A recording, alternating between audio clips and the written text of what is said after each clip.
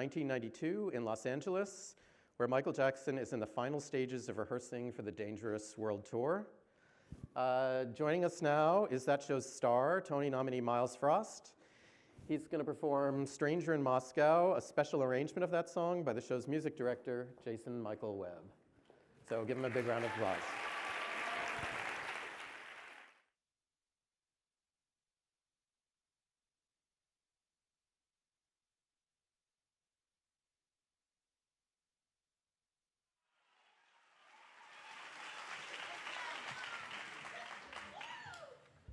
How y'all feeling?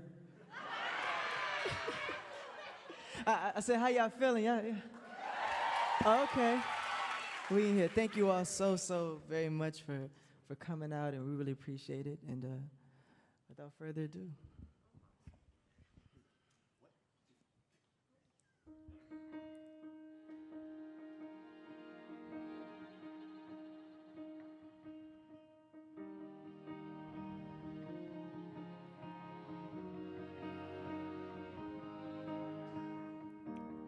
I was wandering in the rain, mask of life feeling insane, swift and sudden fall from grace, sunny days seem far away, crimson shadow belittling me, Stalin's tomb won't let me be, on and on and on it came, wish the rain would just let me be.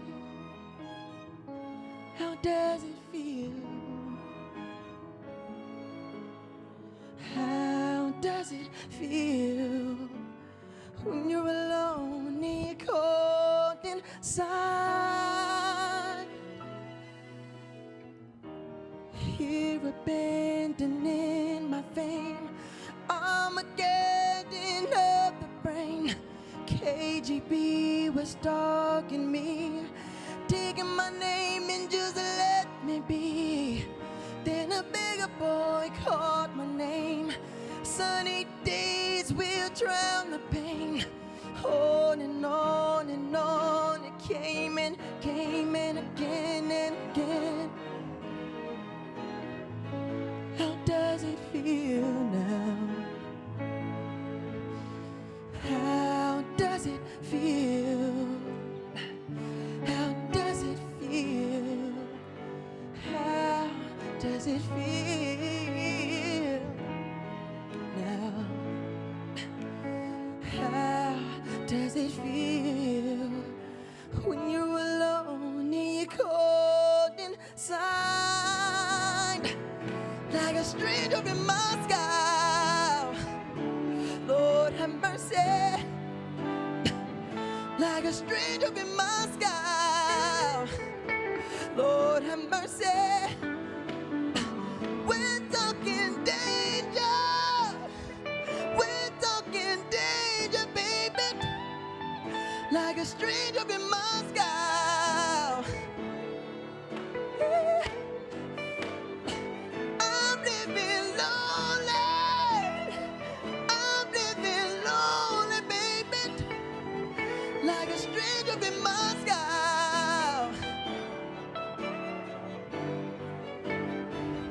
like a stranger in Moscow.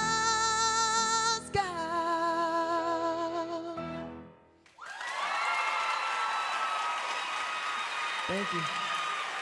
Thank you, thank you.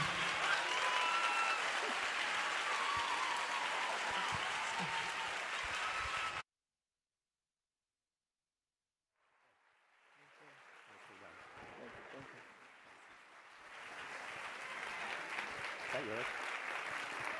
Man. Thank you. Stand up. Well, I just want to take a moment to just express how amazing this orchestra is. And I want to read off their names.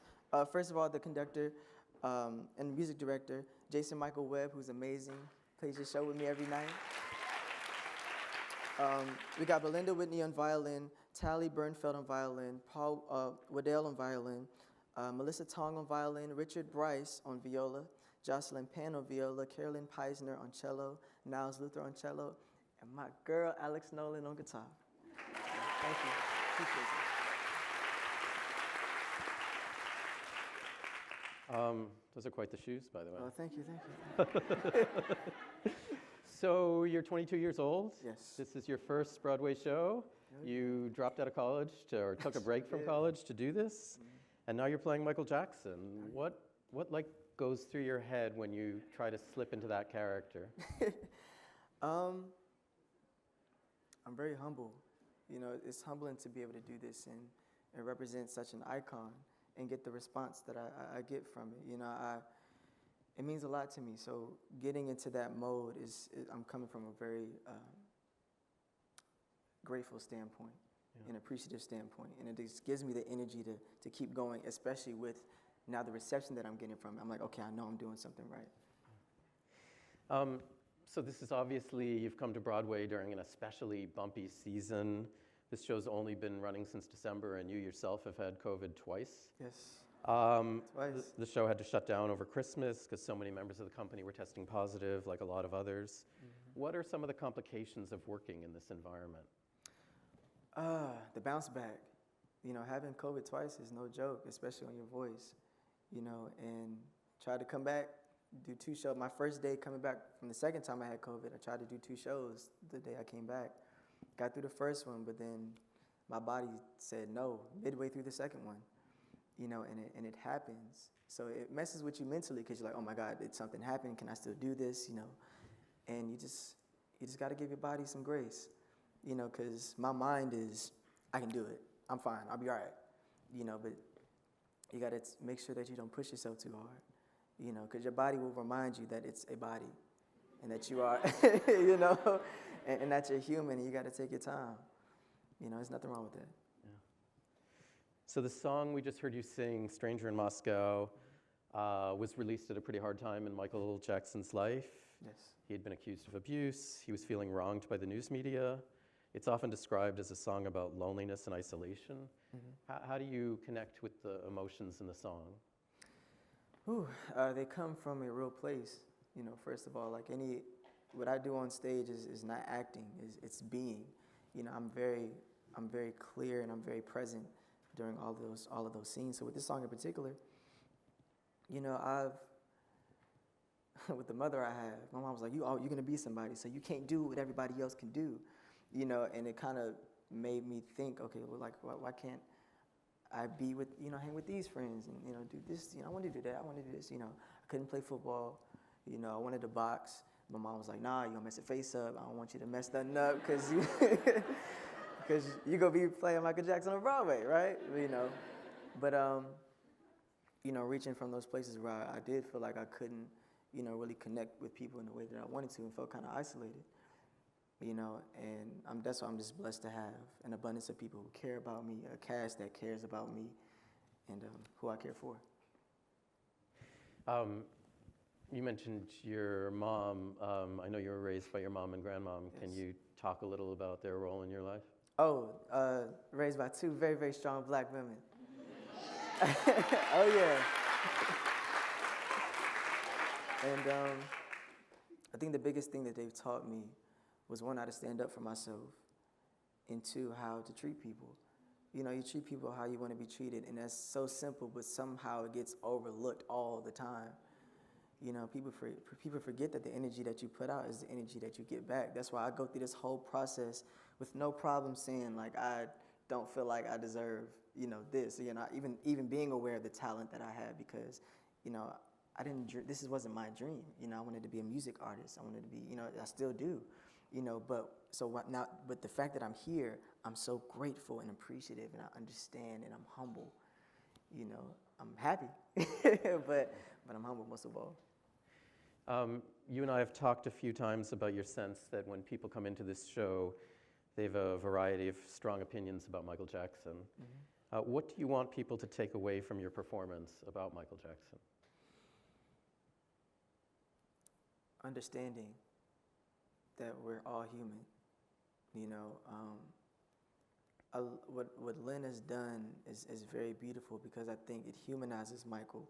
You know, it shows that he faces real people problems, financially, emotionally, family. We all got people, and we all got crazy families. No matter how you try to present it on, Instagram or whatever, like we all got somebody in our family that we know, and it just shows that Michael was the same way. And I want people to feel warm. I want people to feel that nostalgia, for people who have been blessed to see Michael when he was alive. I didn't get that opportunity. I want to inspire children who Michael, since they've been born, Michael's never been alive. And to see them dressed out in Billie Jean outfits and beaded jackets and Thriller jackets, prime example, I had a father, it was just 2 shows ago, I had a father pull me aside after the show. He said, my daughter said something very interesting. His daughter was 6. During intermission, she said, Dad, I thought Michael Jackson was dead. So, yeah. But I say that not to brag on myself, but I say that to say that, kids are really are being inspired by this, and, this is what I do this for. Great. Well, congratulations on the performance, and thank you so much for being here. Thank you. See ya.